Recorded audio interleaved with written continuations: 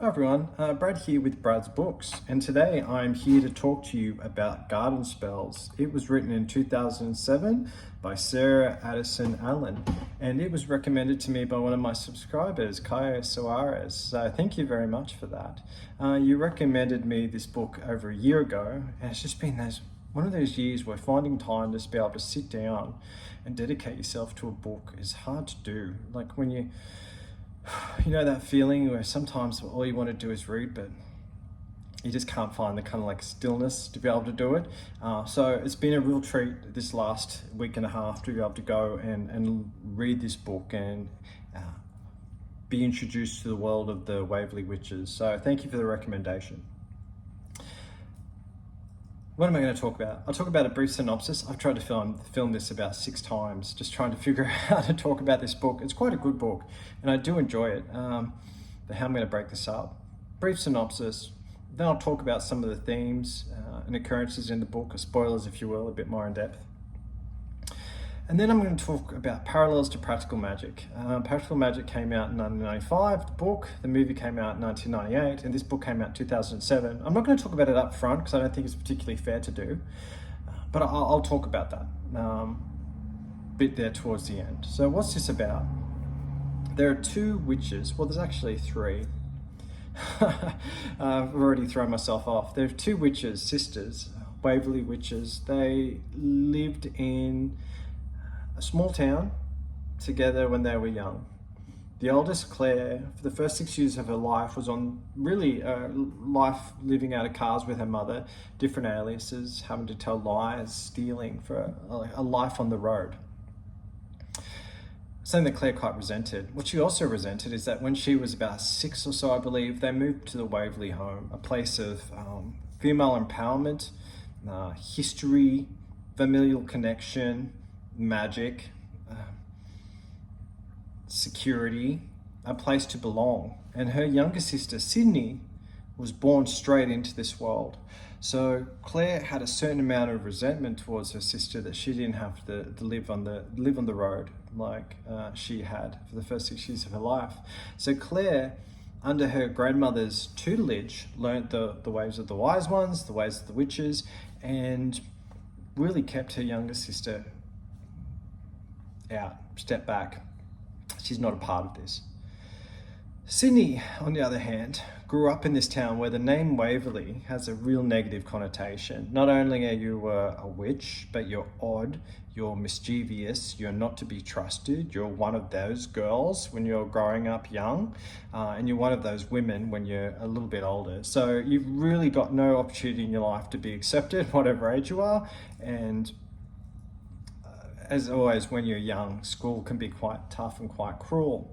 So where Sydney, she tried to push away the Waverley lineage from her and be quote unquote just a normal girl. Now, Sydney and Claire's mother, having life on the road with Claire and having had Sydney, she left them at the grandmother's house, at the Waverley house, and she went off again for a life on the road. And she unfortunately passes away in a car crash. Claire resented her mother for once again leaving them, not only leaving them to hit the road, but leaving them through passing away. Sydney, however, kind of idolized this idea that her mother had of just being able to go out on the road and live a life. So that's exactly what Sydney's done. She had a relationship with a boy in high school. He was quite well established, well his family was, and she felt it was true love. However, after their courting and their flirtation and their relationship ended because she's a Waverley, and Waverley women aren't the type to be married through this boy's family perception. Oh, father kind of liked her, but kind of like a social expectation of what the correct thing to do is in his life. Sydney, after this breakup, when she's 18, goes on the road, leaves, and it's the same year that Claire's grandmother passed away. I can hear Jack. I'm just going to go check on my little dog. I'll be a second. He's all right. He wants to come in. As soon as I put him in front of the camera, he won't be happy. He can just hear my voice. I'll go get him. I'll be a second. Here he is. He always wonders why we're probably just looking at a shelf. This is Jack. He's about 3.5 months old. Mini Fox Terrier. He's a great little boy. Oh, you Jack. Can you see him? Oh, thank you. So yes, the year that Sydney left is the year that the girl's grandmother passed. Claire has now decided that she's going to continue to live in the Waverley home, where she had no security foundation connection on the road with her mother. She's gotten all of that now from her grandmother and her lineage. So her intention is just to be a spinster in this house, in this small town, working her magic, working catering, and that's just what her life is. She's not open to further possibility. Sydney, however, unfortunately, is quite an abusive relationship husband who abuses her in every way possible, unfortunately. Sydney has a daughter with this man, a young girl named Bay, who's another Waverley witch, who has the power to know when things need to go, well, the right place for things, where they need to go. And they return home. Claire's life of solitude, her plan for the rest of her life, is upended when Sydney the tornado comes back home with her daughter. Sydney's life, she's on the run from a man who is hunting for her, but she's also returning to a town who know her as a Waverley.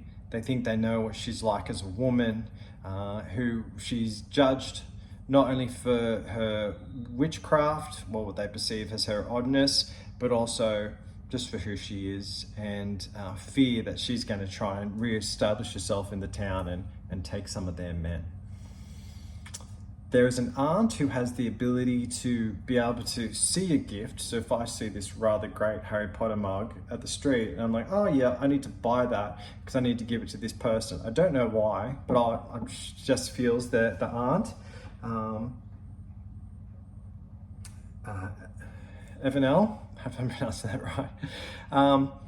That's how I read it as. That's the name that was in my head when I heard it. You right, Jack? Yeah, I think he's right. I think he wants some food. Yeah, so this aunt who has this uncanny ability to be able to give people the right things at the right time. We have a tree in the backyard that grows apples that if you eat it, you're going to see the most substantial event of your life, which for many is their deaths. And this tree is also quite alive. It throws apples at people who it wants to hurt in some cases, but also if you eat one of, the apple. Sorry, get my mind back. That's Jack chewing away on his little biscuits in the backyard. The tree's quite sentient and it's got a knowledge to it that the people in town know about these apples. You don't eat them. And the witches themselves, the sisters, don't eat them. They bury them because there's danger in knowing how you're going to die or what one of the most substantial events in your life are. You also got some quite likable people in the town who get some advice and a little bit of nudging by the mysterious witchy ways of the Waverley witches, the three of them. You also got some people who are quite fear-based, who resent and are jealous of the witches, who want nothing more to drive them out of town. You've got gardens, you've got recipes that have magic, different herbs and different plants and different foods and different wines have certain abilities. The witches, what I really like about, if they get frustrated enough that there can be fire at the fingertips, and that the garden can start burning, or there's a man who's so in love with a passion that he's out in the field and the trees are light above him, or if a man is really particularly longing for a woman and thinking about her, there can be a purple aura that follows them and kind of spreads. And there's an interesting scene where Claire's having a shower and she's quite annoyed and frustrated, and Sydney comes and turns the shower off because the mist from the shower has spread absolutely everywhere over town, and Sydney said she couldn't even see which house she was going into. Maybe she was exaggerating a little bit, but strong, female, empowered, magic, community. There's some good romance. This character's not particularly romantic, but there's a character in here whose name is Fred.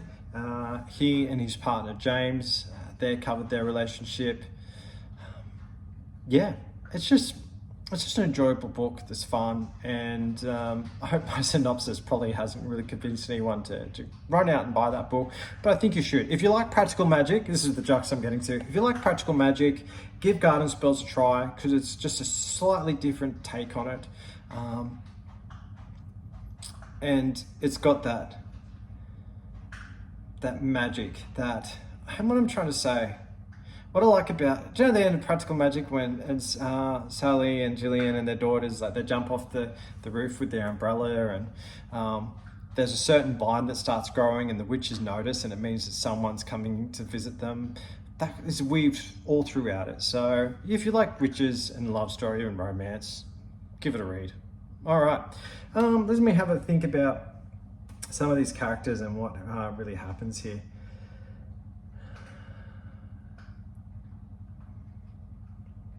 So Claire Waverley, yeah, she's a good character. She meets a guy next door, Taylor. I think, okay, I'll give my overall impression of how I've gone. This is where I start having trouble about how I'm going to talk about this video. My overall impression when I came into reading this book is that I thought it was going to be practical magic. And as soon as I saw Claire, I saw Sally. As soon as I saw Sydney, I saw Gillian.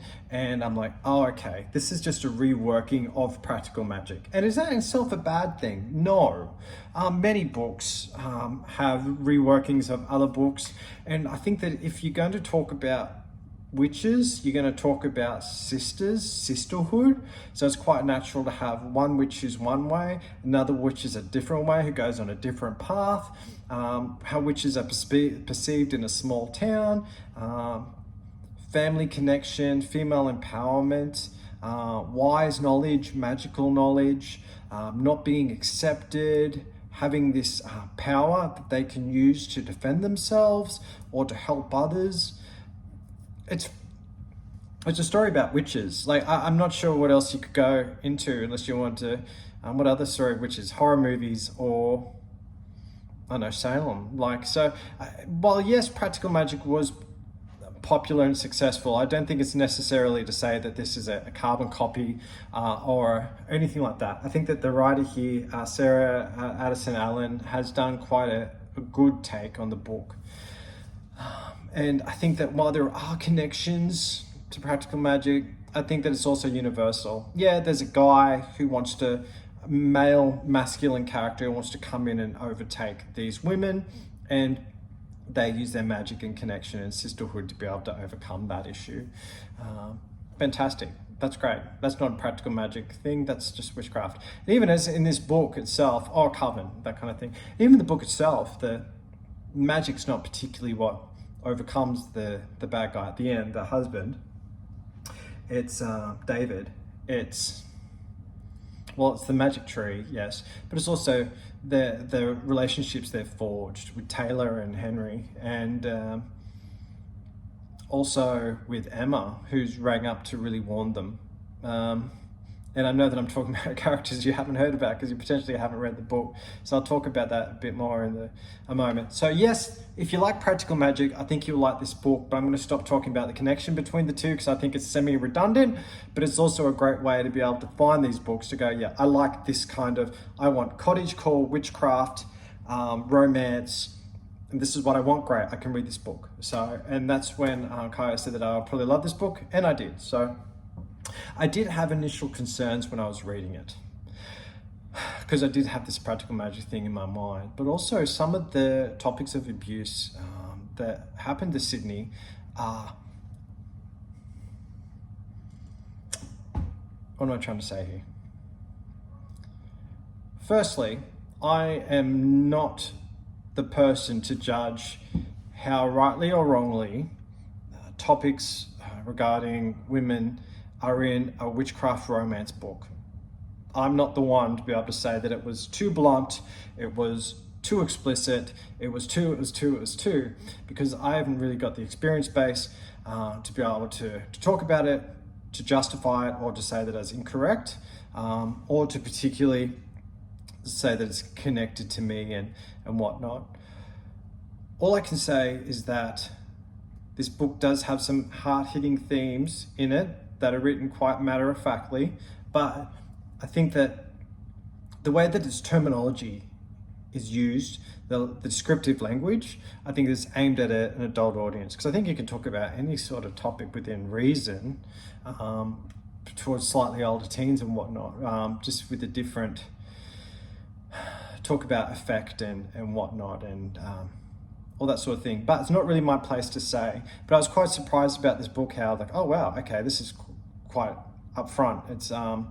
It's letting you know exactly what happened in a very short amount of time. And then I think some of the characters, I'm just like, show me what am I trying to say? Don't tell me in 2 sentences, just a fact, this. And I can't really bring up an example, probably the abuse and whatnot, but tell me how it's affected someone. Tell me how it's changed their lives. Tell me about how they've dealt with it. Tell me about who these people are. All these sorts of things. So in the first few pages, I'm like, oh, okay, what is this book? And on my Kindle, it has lines that are underlined and whatnot by people who really like kind of like highlight how good a book, highlight really great passages from the book. And I didn't know it did this. And then, so it's like 30 people have highlighted this part. And I'd say that after the first chapter or two, it really starts kind of like picking up and it really starts really getting really, really great. So while the first chapters in that are really good, there's no problems, it does start getting a whole lot better. Yes, so Claire meets Taylor. He's an art teacher who lives next door. He had long black hair, which I missed when I read it. And then I didn't picture with him with long black hair at all. And so I went back and had a look. Sydney meets Henry. He's a guy from her youth. I'm just kind of talking about plots here. I'm not trying to point points here. I'm assuming you've read it at this stage. Emma Clark. Yes, this is right. I'm excited now. I'm back on track. Emma Clark is the reason I'm like, oh, this book is potentially not for me, because she's married to the guy who Sydney was dating back in high school, and Emma's character is like, Clark women are great at sex and they keep their men. And the mother's like, hell yeah, we're great at sex. Put some lingerie on, keep your man. No one takes a man from a Clark woman. It's like, yeah, no one takes a man from a Clark woman. And then I say, I need lingerie. Okay, now we're having sex. Now with this, no one takes my man. And I'm just like, oh, why are you telling me things quite like it seemed like one-dimensional. And I had a bit of concerns.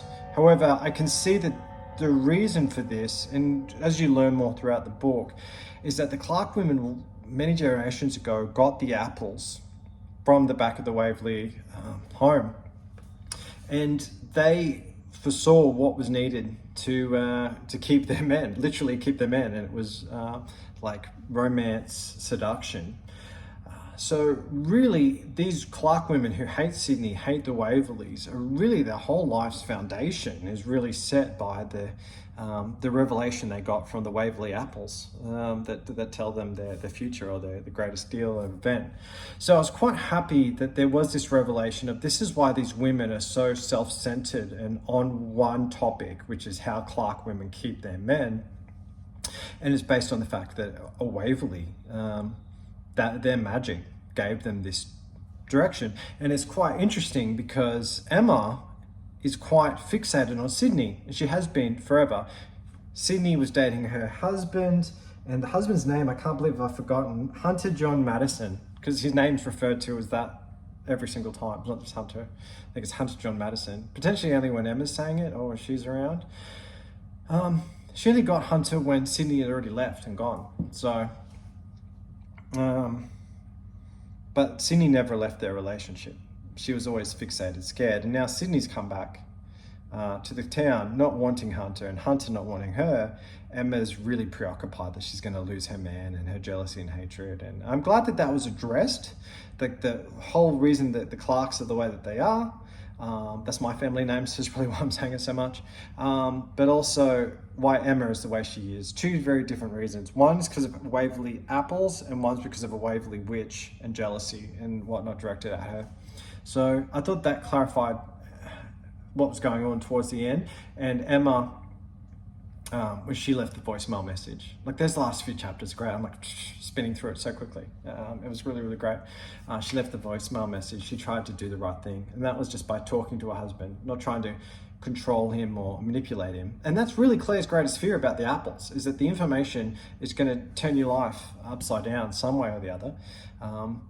It's something very, very powerful to know about your life and your future, something that you can't avoid. So yeah, the Clarks had information they never should have had, and it's forever altered how they are.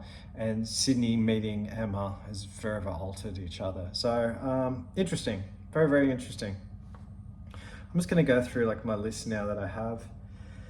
I really enjoyed Evanelle Franklin. She's 79 years old, and she was just that's the friendly old witch that you really want.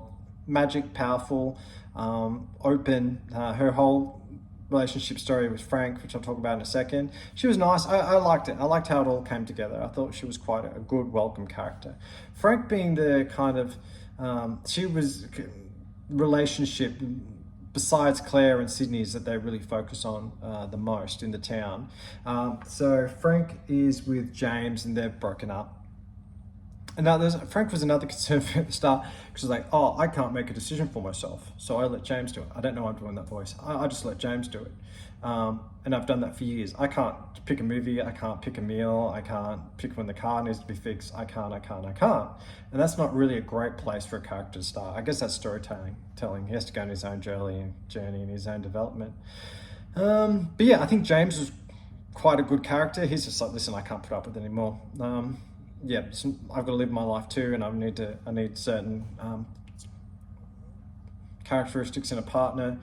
Strength, reliability. I can't be in control all the time. You need to step up and be in control of yourself. And then really that sent Frank on the right path. So I think those two characters work very well in combination in writing each other and going off in the right direction. So yeah, I didn't really like Frank as a character particularly, probably because the way that he is. And there was no real growth at the end, because even when Evanelle gave him the gift of the cherry seed thingo, he's fair enough that he's like, I want to try and force it to be able to get back with James, but he's like, oh, he still can't make a decision. Where he's going to be like, oh yeah, you know what, this is a new opportunity at love and life, and I'm going to take it by the horns, and I'm going to go and do what I can. He's kind of like, oh, I'll go along to this thing, but Evanelle, can you come along with me? Like, it would have been nice to see a bit more growth there from him, because he's lost his husband, and now he's kind of dating a guy that he's assumed he's going to marry, and that's all I got from it, really. So that was interesting. Sydney's character, I thought she was really okay. I thought Sydney was quite good. Sydney to Gillian, same kind of story there. And once again, I'm not having a go. I'm just using it as kind of like a reference point. Yep, what I liked was that she was grounded, where she's like, it was my boyfriend in high school and life changed and I'm not here for him. And she kind of grew up and she's like, I'm not here to change your life, Claire, and that's not what I want to do. When I just want to give my daughter safety, and yeah, I liked it. I liked that she kind of was getting into her magic, and I liked that I thought she was a good character. Claire and Sally, if you see my review of the Practical Magic books, they're in here. Claire, yeah, I didn't mind her. I liked it when she did like a bit of magic and all that kind of stuff. I understand the thought processes. I've got some lines from her here. He talked of the future so easily. The images from him were so vivid, but she couldn't start this because then it would end. Stories like this always ended. She couldn't take the pleasure because she would spend the rest of her life missing it, hurting from it. And there's like lines like this, I'm like, yes, okay, yes, give this to me. This is what I really, really like. Being left makes you doubt your ability to keep people, even friends. Yeah. I liked her growth. And when it's not that she became her grandmother taking in the Waverley daughters, it's just she became herself. And she really forgave her sister for being born into this Waverley world, and she kind of forgave herself and stopped being the jerk who wanted to really punish her sister for it. Because I think if Sydney had been more of a Waverley, allowed to be one, she might have had the opportunity to stay. But she was really cast out. She wasn't learning in the kitchen. She wasn't doing all these sorts of things. And so she just looked to her mother who left, and she's like, I'll just leave too. So after she had that breakup with Hunter.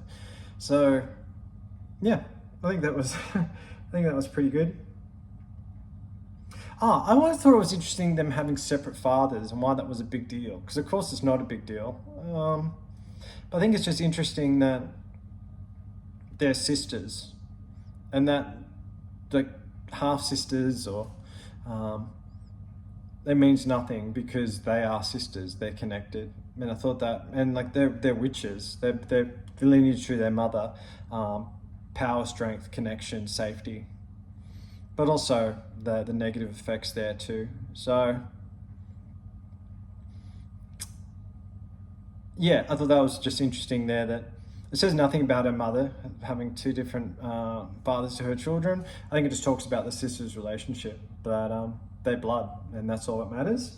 And that's what their link is to family, history, and each other.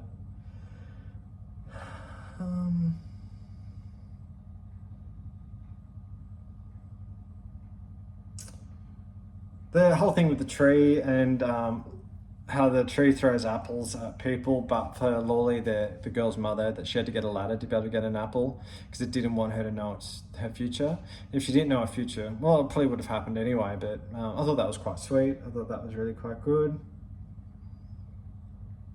I thought it was interesting with Evanel that she has gifts for people and she doesn't know why they need it or when, but she gives it. And I thought it was interesting at the start. She just wanted to go home. So she came and gave the Pop-Tarts to Claire. Then she just wanted to go home. And that's where Frankenham comes to, and her home becomes something new. It changes. He moves in. So, and that gave her like a new, like kind of like community connection, a new sense of home.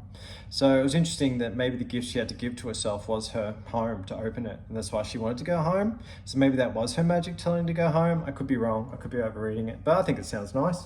Works well in my headcanon. Tyler having long black hair to his shoulders, that wasn't in my mind at all, but it's a witchcraft romance book. Like, imagine how you want to imagine people, really. Henry, I thought he was a good character. That was another thing too, it's like, who has a family who's going to go, us men, why am I doing an impression? Us men only marry older women. That's a thing, son. That's what we do. We marry older women, and that's what you're going to do. Like, what? Like, if you're going to have your like kind of intergenerational thought processes impressed onto the young ones, it's probably not the worst one you could probably come up to in the world, but I thought it was just interesting. And it's like, oh, okay, this is what your character is, that you like to marry and liaise with older women. That's the grandpa. I'm like, oh, okay. And this is something that Henry has to deal with? I think it's just interesting. That's interesting. That was his little plot point, that when he loved Sydney, he didn't have, at school, he didn't have the courage to tell her, but then that she's not old enough. But it all worked out.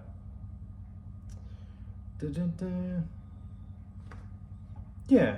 So all in all, I thought the book was good. I think towards the end there, when David showed back up and Emma's on the phone, and some of the kind of like adult discussions about, especially the relationship between Sydney, Emma, and Hunter. Like, the past is in the past. Sydney and Hunter aren't thinking about each other, but the whole Clark idea of being preoccupied and scared, and that you really need to manipulate and force your partner to stay with you. And that's the force of female empowerment. I'm just thinking just in my head, the Clark's idea of female empowerment is using sexuality and kind of coercion to be able to claim the men they want and keep them. Where the Waverley's idea of female power is to like learning, knowledge, history, connection. It's a kind of completely different way of thinking between these two, and it traces back a few generations where they diverged. Well, not that they were ever together, but the cause of these kind of issues. Yeah, but I'm glad that Emma came in, like she stopped being this kind of one-dimensional character and became a person. And hopefully her relationship, thanks to Sydney returning, can actually start now. And all because way back, Emma didn't ask Hunter on a date when Sydney left. She kind of coerced and was pressured and all this kind of negative things. So I think at the end when David came back, it was a bit palpable. Like I'm like, oh no, he's back and he's talking to the Clark, like the mother and Emma, and I'm like, oh no, like this is not good. And he's returned back, and yeah, because I thought it was pretty good. I think it was written well. It was over quickly, and it wasn't just like, I would have liked if there was kind of like some of like magic that the sisters could have done, but it wasn't there. Like at some stage, Claire at the start was going to levitate, wasn't she? But then that kind of like drifts away. It was really the power of their relationships and the power of the tree that was the magic. I can't remember. I'm speaking about the movie here. I have to go reread the Practical Magic book. But My Blood, Your Blood, Our Blood, like bam, give me that scene. But it worked out well. Henry took a bullet, and the apple revealed what it did. And I think the truth about the mother having eaten an apple, and she left because she had to, and how to protect her children, but it really sent her daughter off on the wrong way. I thought that was all quite interesting and handled quite well. And yeah, that's my mad ramblings about garden spells. I'm sorry it's not more formulated, and sorry it's gone for 31 minutes. I thought it was interesting. I thought it was a good book, and yeah, I'm keen for more recommendations. Bring them on. Give me more books that are semi-practical magic related. Tangent? I'm not sure. But anyway, let me know what you think if you read this book. If you haven't read the book and if you watched all of this, well done, because I haven't helped you out even in the slightest possible way. But yeah, all right, take care. I'll talk to you later on. Bye.